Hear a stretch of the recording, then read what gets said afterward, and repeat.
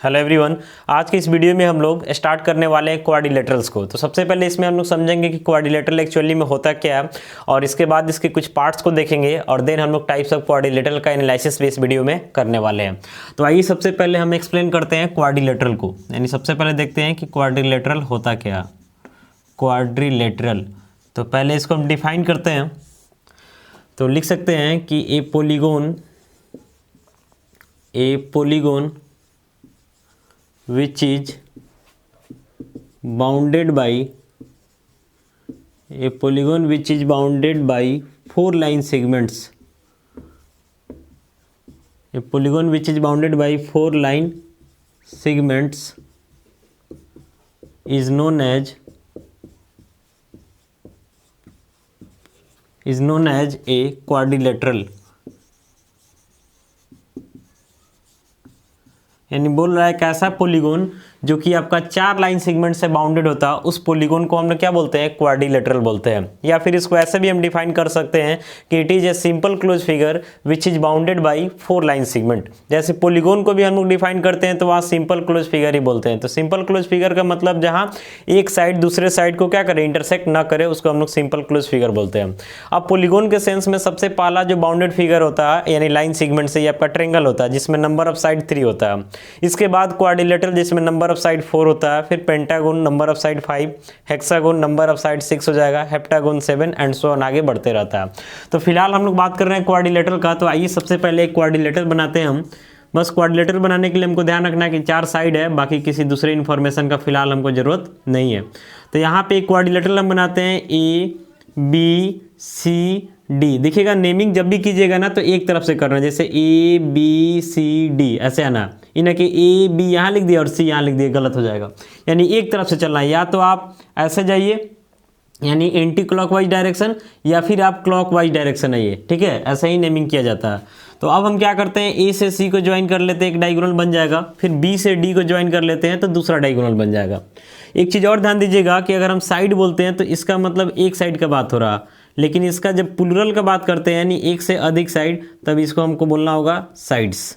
फिर एंगल बोल रहे हैं एंगल, तो इसका मतलब एक एंगल का बात हो रहा है, लेकिन जब इसका हम प्लूरल करते हैं यानी एक से अधिक एंगल का बात करेंगे तो हम इसको क्या लिखेंगे, एंगल्स लिखेंगे।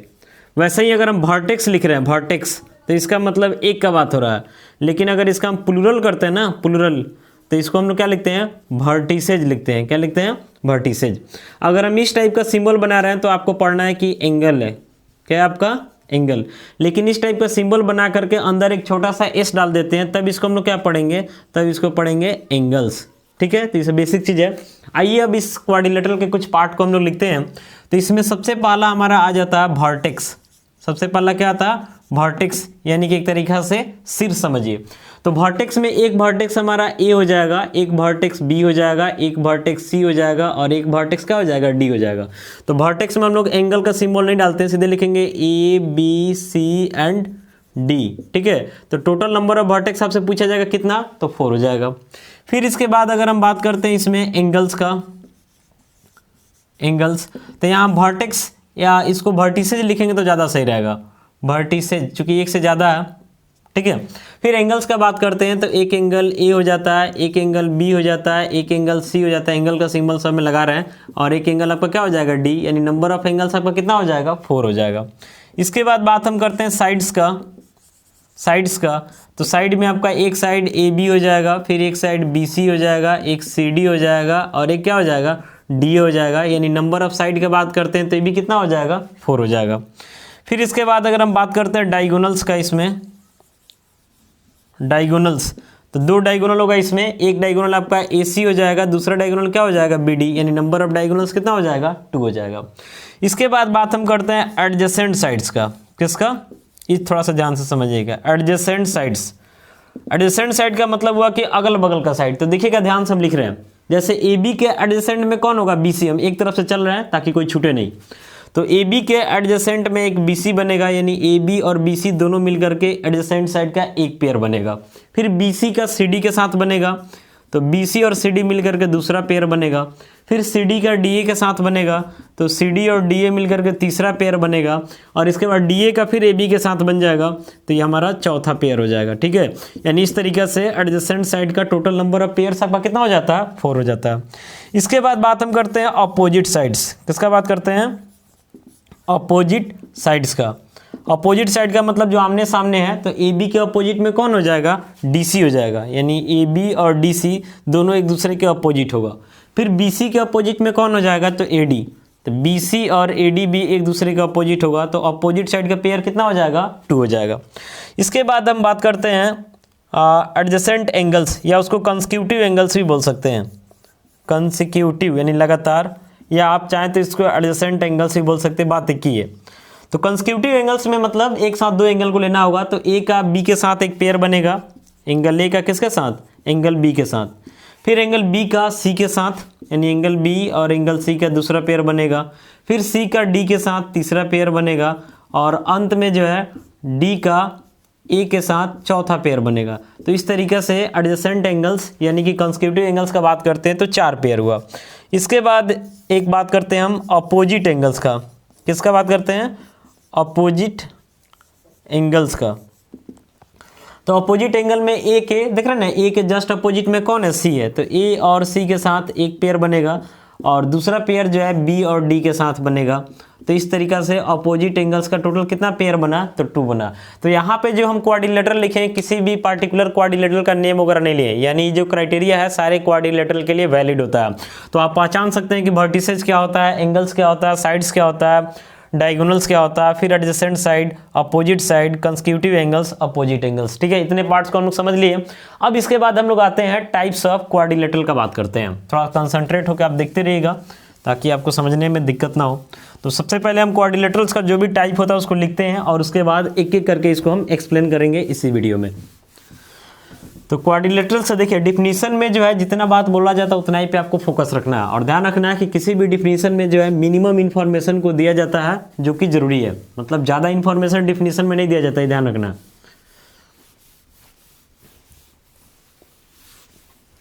आगे हम लोग बात करने वाले हैं टाइप्स ऑफ क्वाड्रिलेटरल्स का, और एक एक करके सबका एनालिसिस करेंगे। तो फिलहाल इधर हम लिख देते हैं पहले टाइप्स ऑफ क्वाड्रिलेटरल्स, यानी क्वाड्रिलेटरल्स का क्या क्या टाइप होता है। इसमें सबसे पहला जो टाइप है हमारा पैरेललोग्राम है। सबसे पहला क्या है? पैरेललोग्राम। ठीक है, इसके बाद दूसरा रेक्टेंगल, दूसरा टाइप जो है हमारा रेक्टेंगल हो जाता है। तीसरा जो है हमारा स्क्वायर हो जाता है, स्क्वायर। चौथा जो हमारा रोम्बस हो जाता है, रोम्बस। पांचवा जो हमारा ट्रैपेजियम हो जाता है, ट्रैपेजियम। छठा जो है आइसोसेलस ट्रैपेजियम, आइसोसेलस ट्रैपेजियम। इसके बाद आगे बढ़ते हैं तो एक काइट भी बोल सकते हैं। तो ये हमारा क्वाड्रिलेटरल्स का क्या होगा? टाइप होगा। नहीं, सबसे पहला पैरेललोग्राम, इसके बाद रेक्टेंगल, इसके बाद आपका स्क्वायर आ जाएगा, फिर आपका रोम्बस आ जाएगा, ट्रैपेजियम आ जाएगा, आइसोसेलस आ जाएगा, काइट हो जाएगा। कुछ ऐसा क्वाड्रिलेटरल भी हो सकता है जो इसमें से कोई भी ना हो, तो उसका कोई स्पेशल नेम वगैरह हम लोग नहीं देते हैं। तो आइए हम लोग एक एक करके एनालिसिस करते हैं। सबसे पहला बात करते हैं पैरेललोग्राम का। सबसे पहला जो है पैरेललोग्राम। तो पैरेललोग्राम को अगर हम डिफाइन करते हैं तो बोल सकते हैं कि the quadrilateral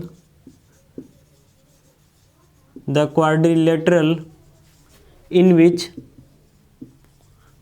which both pairs of opposite sides are parallel is known as parallelogram. Parallelogram यानी अगर हम एक्सप्लेन करते हैं पैरेललोग्राम का, तो इसमें आपसे क्या बोला जा रहा है कि एक ऐसा क्वाड्रिलेटरल जिसमें दोनों अपोजिट साइड का जो पेयर है ये आपका क्या हो? पैरेलल हो एक दूसरे के, तो उसको हम लोग पैरेललोग्राम बोलते हैं। जैसे कहने का मतलब है कि यहाँ पे हम क्वाड्रिलेटरल बनाते हैं, तो अभी जस्ट आपको बताएं कि क्वाड्रिलेटरल में अपोजिट साइड का 2 पेयर होता है। जैसे यहाँ क्वाड्रिलेटरल हो गया बी सी डी। तो अपोजिट का बात करते हैं तो ए बी के अपोजिट में डी सी है और ए डी के अपोजिट में क्या है, बी सी है। तो पैरेललोग्राम के डिफिनीशन के अनुसार ए बी जो है पैरेलल होना चाहिए डी सी के, और साथ ही साथ ए डी जो दिख रहा है ये पैरेलल होना चाहिए किसके, बी सी के। तब इस क्वाड्रिलेटरल को हम लोग क्या बोलेंगे, पैरेललोग्राम बोलेंगे। यानी यहाँ लिखा जा सकता है कि ए बी जो है ना, ए बी ये पैरेलल है किसके, डी सी के, और साथ साथ ए डी जो है पैरेलल है किसके, बी सी के। इसलिए इस क्वाड्रिलेटरल को हम लोग क्या बोल रहे हैं, पैरेललोग्राम। तो पैरेललोग्राम को हम लोग शॉर्ट में ऐसे भी लिखते हैं, पैरेललोग्राम का अगर हम बात करते हैं तो शॉर्ट में हम लोग ऐसा लिखते हैं डबल लाइनिंग करके, और यहाँ जीएम लिख देंगे। इसको क्या पढ़ते हैं, पैरेललोग्राम। अब देखिए पैरेललोग्राम का डिफिनीशन बोलेगा तो आपको इतना ही बोलना है कि उसका अपोजिट साइड पैरेलल होगा। बाकी चीज जो भी उसका आएगा वो सब प्रॉपर्टीज में आएगा। जैसे आगे हम लोग बढ़ेंगे तो प्रॉपर्टीज में मिलेगा कि पैरेललोग्राम का अपोजिट साइड इक्वल होता है, अपोजिट एंगल इक्वल होता है, डायगोनल एक दूसरे को बाइसेक्ट करता है, एडजेसेंट एंगल का सम जो है 180 होता है। तो ये सब बात का प्रॉपर्टीज है, ठीक है। तो उसको भी हम लोग इसी क्वाड्रिलेटरल्स का जो प्लेलिस्ट होगा उसमें एक एक करके सारे प्रॉपर्टीज को विथ डेरिवेशन देखेंगे। फिलहाल आपको सिर्फ डिफिनीशन बता रहे हैं, तो अभी जितना बता रहे हैं उतना ही पे फोकस करना है, ठीक है। तो अगर आपसे बोला जाएगा पैरेललोग्राम तो सिर्फ इतना ही बोलना है कि कैसा क्वाड्रिलेटरल जिसका अपोजिट साइड का पेयर क्या हो, पैरेलल हो, उसको हम लोग पैरेललोग्राम बोलते हैं। बात खत्म। आगे बढ़ते हैं रेक्टेंगल में। तो दूसरा हमारा क्या आता है, रेक्टेंगल। रेक्टेंगल तो रेक्टेंगल भी समझिए कि पैरेललोग्राम का ही एक पार्ट है, लेकिन इसमें एक एक्स्ट्रा फीचर क्या लगा दिया जाता है कि इसका एक एंगल का सम कितना होना चाहिए, 90 डिग्री होना चाहिए। यानी बोलेंगे कि ये पैरेललोग्राम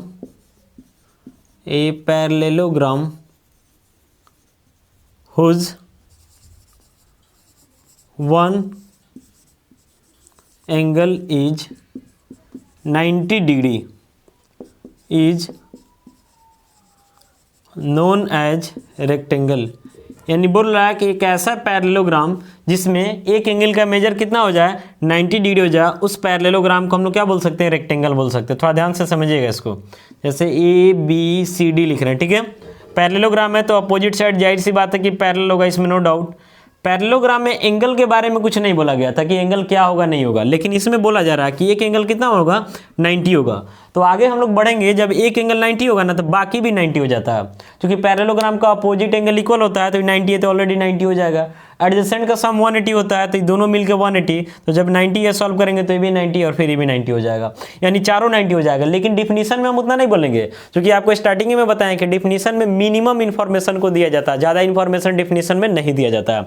तो बस आपको इतना माइंड में रखना है कि अगर एक पैरेललोग्राम है और उसमें किसी एक एंगल का मेजर 90 मिल गया तो आगे हमको कुछ करने की जरूरत नहीं है, उतना ही से हम लिख सकते हैं कि क्या होगा, रेक्टेंगल होगा।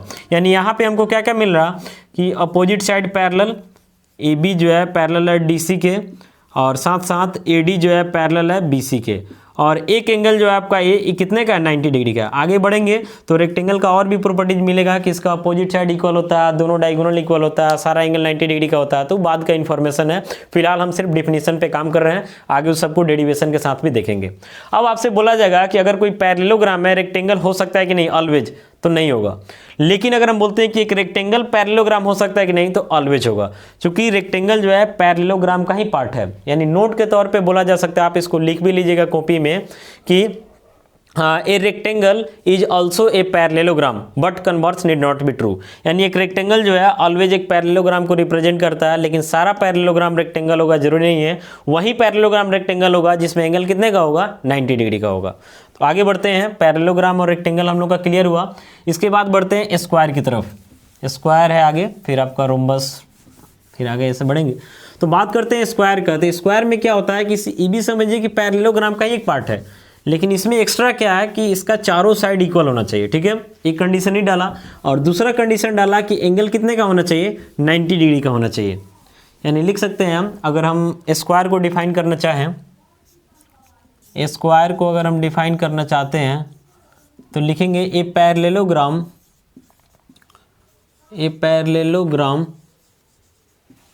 Whose all sides are equal and measure of one angle is 90 degree is known as a square। यानी अगर हम स्क्वायर को डिफाइन करना चाहते हैं तो यहाँ बोलेंगे कि एक ऐसा पैरेललोग्राम जिसका चारों साइड इक्वल हो और साथ साथ किसी एक एंगल का मेजर हमको क्या मिल जाए 90 डिग्री मिल जाए, तो उस पैरेललोग्राम को हम लोग क्या बोल सकते हैं, तो रेक्टेंगल बोल सकते हैं। अब देखिए सबसे पहले बात हो रहा है पैरेललोग्राम का, तो अपोजिट साइड इक्वल पैरेलल होगा, इक्वल भी हो जाता है आगे प्रॉपर्टीज में जाते हैं तो। और किसी एक एंगल का मेजर कितना 90, इसमें बोल रहा है कि चारों साइड इक्वल भी होना चाहिए, यानी A B, B C, C D और डी ए चारों का लेंथ क्या होना चाहिए, सेम।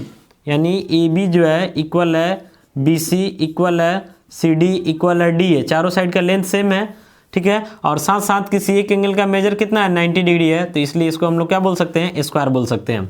यानी एक ऐसा पैरेललोग्राम जिसका चारों साइड इक्वल, किसी एक एंगल का मेजर 90 डिग्री, उस पैरेललोग्राम को हम लोग क्या बोल सकते हैं, तो स्क्वायर बोल सकते हैं। या फिर हम ऐसा बोल सकते हैं कि एक ऐसा रेक्टेंगल, क्योंकि रेक्टेंगल बोलेंगे तो एंगल ऑटोमेटिक 90 हो जाएगा, एक ऐसा रेक्टेंगल जिसका चारों साइड क्या हो, इक्वल हो, उस रेक्टेंगल को भी हम लोग चाहें तो एक स्क्वायर बोल सकते हैं। फिलहाल आगे जब हम लोग बढ़ेंगे तो वहाँ पे मिलेगा कि स्क्वायर का डायगोनल इक्वल होता है, 90 डिग्री पे बाइसेक्ट करता है, तो प्रॉपर्टीज का बात हुआ। फिलहाल आपको डेफिनेशन बोला जाएगा, तो इतना ही बोलना है कि एक ऐसा पैरेललोग्राम जिसका चारों साइड इक्वल, किसी एक एंगल का मेजर 90 डिग्री हो जाए, उसको हम लोग क्या बोलेंगे, तो स्क्वायर बोलेंगे। अब आपसे बोला जाएगा कि स्क्वायर को पैरेललोग्राम बोल सकते हैं कि नहीं, तो बोल सकते हैं, क्योंकि पैरेललोग्राम का ही पार्ट है, ठीक है। यानी बोल सकते हैं कि a square is also a parallelogram but converse need not be true. यानी सारे पैरेललोग्राम को स्क्वायर नहीं बोला जा सकता, लेकिन सारे स्क्वायर को पैरेललोग्राम बोला जा सकता है, ठीक है। तो इस तरीके से हम लोग स्क्वायर को एक्सप्लेन कर लिए। इसके बाद बात करते हैं रोम्बस का। चौथा जो आपका आता है रोम्बस। तो रोम्बस में क्या होता है, रोम्बस को अगर डिफाइन करेंगे तो सीधे बोलेंगे कि ये parallelogram whose all sides are equal is known as rhombus. यानी एक ऐसा पैरेललोग्राम जिसका चारों साइड इक्वल होता है, उस पैरेललोग्राम को हम लोग क्या बोल सकते हैं, रोम्बस बोल सकते हैं। जैसे यहाँ पे देखिए दिखा रहे हैं, यहाँ पे आपका एक क्वाड्रिलेटरल हो गया ए बी सी डी, ठीक है। अपोजिट साइड तो जाहिर सी बात है कि पैरेलल होगा, और साथ साथ इसमें चारों साइड भी क्या होगा, इक्वल होगा। लेकिन स्क्वायर में एक्स्ट्रा फीचर क्या था कि एंगल भी 90 था। इसमें एंगल के बारे में कोई मेंशन नहीं करना, एंगल 90 हो ना हो उससे कोई लेना देना नहीं है, रोम्बस इसको हम बोलेंगे। और रोम्बस भी हमारा एक पैरेललोग्राम होगा, ठीक है, यहाँ से कोई शक नहीं है। इसके बाद आगे बढ़ते हैं तो अगला हमारा आता है ट्रेपेजियम। अगला क्या आता है, ट्रेपेजियम। ट्रेपेजियम डिफिनीशन बोल रहे हैं, ध्यान से सुनिएगा, आप इसको चाहें तो नोट कर सकते हैं। तो ट्रेपेजियम में बोल सकते हैं कि quadrilateral in which one pair of opposite sides are parallel is known as trapezium. आपको पता है कि क्वाड्रिलेटरल में अपोजिट साइड का 2 पेयर होता है, उस 2 पेयर में कोई एक पेयर अगर पैरेलल हो जाता तो ट्रेपेजियम हो जाएगा। जैसे यहाँ पे देखिए, यहाँ पे आपका एक क्वाड्रिलेटरल हो गया ए बी सी डी, ठीक है। इसमें देख रहे हैं ना कि ए बी जो है डी सी के पैरेलल है, तो यहाँ पे हम इसको क्या बोल सकते हैं, ट्रेपेजियम बोल सकते हैं। देख रहे हैं ना कि आपका ए डी और बी सी का अपोजिट का पैरेलल है, मतलब अपोजिट साइड है, फिर ए बी और डी सी भी अपोजिट साइड है, तो कोई एक पेयर इसका क्या होना चाहिए, पैरेलल होना चाहिए। इसके बाद हम इसको ट्रेपेजियम बोल सकते हैं। इसके बाद बात करते हैं आइसोसेलस ट्रेपेजियम का। किसका बात करते हैं, आइसोसेलस ट्रेपेजियम। तो आइसोसेलस ट्रेपेजियम क्या बोलता है कि जो नॉन पैरेलल साइड है, जो नॉन पैरेलल साइड है उसका लेंथ क्या होना चाहिए, इक्वल होना चाहिए। जैसे हम लिख रहे हैं ए बी सी डी, तो ए बी जो है, सॉरी बी सी जो है ए डी के पैरेलल है, और ये नॉन पैरेलल जो दिख रहा है ए बी और डी सी, इसका लेंथ क्या होना चाहिए, इक्वल। यानी इसमें ए डी हम बोलेंगे कि पैरेलल है बी सी के, और नॉन पैरेलल जो दिख रहा है ए बी, ये किसके इक्वल है, डी सी के। तो इस सिचुएशन में इस ट्रेपेजियम को हम लोग क्या बोलते हैं, आइसोसेलस। क्यों आइसोसेलस, क्योंकि नॉन पैरेलल साइड इसमें इक्वल हो जाता है। अगर आपसे बोला जाएगा कि एक पैरेललोग्राम है, उसको एक ट्रेपेजियम बोल सकते हैं कि नहीं, तो बोल सकते हैं। कारण है कि ट्रेपेजियम को कोई एक अपोजिट पेयर पैरेलल चाहिए, जबकि पैरेललोग्राम में दोनों अपोजिट पेयर पैरेलल होता है, तो एक चाहिए, 2 मिलना कोई दिक्कत नहीं है। यानी एक पैरेललोग्राम को भी एक ट्रेपेजियम बोला जा सकता है। इसके बाद बात करते हैं अंत में काइट का। ध्यान से देखिएगा, काइट तो आप लोग काफ़ी सारा उड़ाए भी होइएगा। तो लास्ट में बात करते हैं हम काइट का। काइट, तो देखिए काइट में क्या होता है, ध्यान से थोड़ा देखिएगा। इसमें बोल सकते हैं कि एक quadrilateral in which 2 pairs of adjacent sides are equal is known as a kite. तो आपको पता है कि क्वाड्रिलेटरल में टोटल एडजेसेंट साइड का 4 पेयर बनता है, लेकिन इसमें हमको 2 पेयर रखना है, और 2 पेयर में जो रखना है साइड कॉमन नहीं होना चाहिए, ठीक है। जैसे होता है ना कि हम लोग ए बी बी सी लिए, फिर बी सी सी डी लिए, तो बी सी दोनों में चला गया, वैसा नहीं होना चाहिए। यानी ऐसा समझिए कि जैसे ए बी सी डी आपका एक क्वाड्रिलेटरल हो गया ना, तो ए बी जो है किसके इक्वल हो जाए, ए डी के इक्वल हो जाए। इधर BC जो है किसके इक्वल हो जाए, CD के इक्वल हो जाए, तब इस क्वाड्रिलेटरल को हम लोग क्या बोल सकते हैं, काइट बोल सकते हैं। और ध्यान रखना है यहाँ 90 डिग्री हो जाता है जब ज्वाइन करते हैं तो डायगोनल्स को। ध्यान रखना है कि इस सिचुएशन में AB जो है CD के पैरेलल कभी भी नहीं होगा, AD जो है BC के पैरेलल नहीं होगा, यानी एक काइट को कभी भी पैरेललोग्राम नहीं बोला जा सकता है। ठीक है, तो ध्यान रखिएगा कि ABCD एक क्वाड्रिलेटरल है, इसमें फ्रंट का 2 साइड इक्वल है, फिर बैक का 2 साइड इक्वल है, यानी काइट है। इस साइड इसके पैरेलल कभी नहीं हो सकता, AB इसके पैरेलल नहीं हो सकता, इसलिए काइट को कभी भी पैरेललोग्राम नहीं बोला जा सकता। तो इस वीडियो में हम लोगों ने देखा टाइप्स ऑफ क्वाड्रिलेटरल में parallelogram, rectangle, square, rhombus, trapezium, isosceles trapezium and kite. आशा करते हैं कि सारा समझ में आ गया होगा। और देखिएगा कि बीच में जो लाइट भी कट गया था, इसलिए कुछ डिफिनेशन हम लिखे नहीं है, बोल दिए हैं, फिर भी आप उसको लिख सकते हैं। तो आज मॉर्निंग से जब भी हम वीडियो बना रहे हैं ना, समझिए 3-4 बार लाइट कटा, और इस बार भी जो है लाइट कटा, तो सोचे कि नहीं अब छोड़ेंगे नहीं है, वीडियो को कंटिन्यू करेंगे, इसलिए वीडियो को पूरा किए।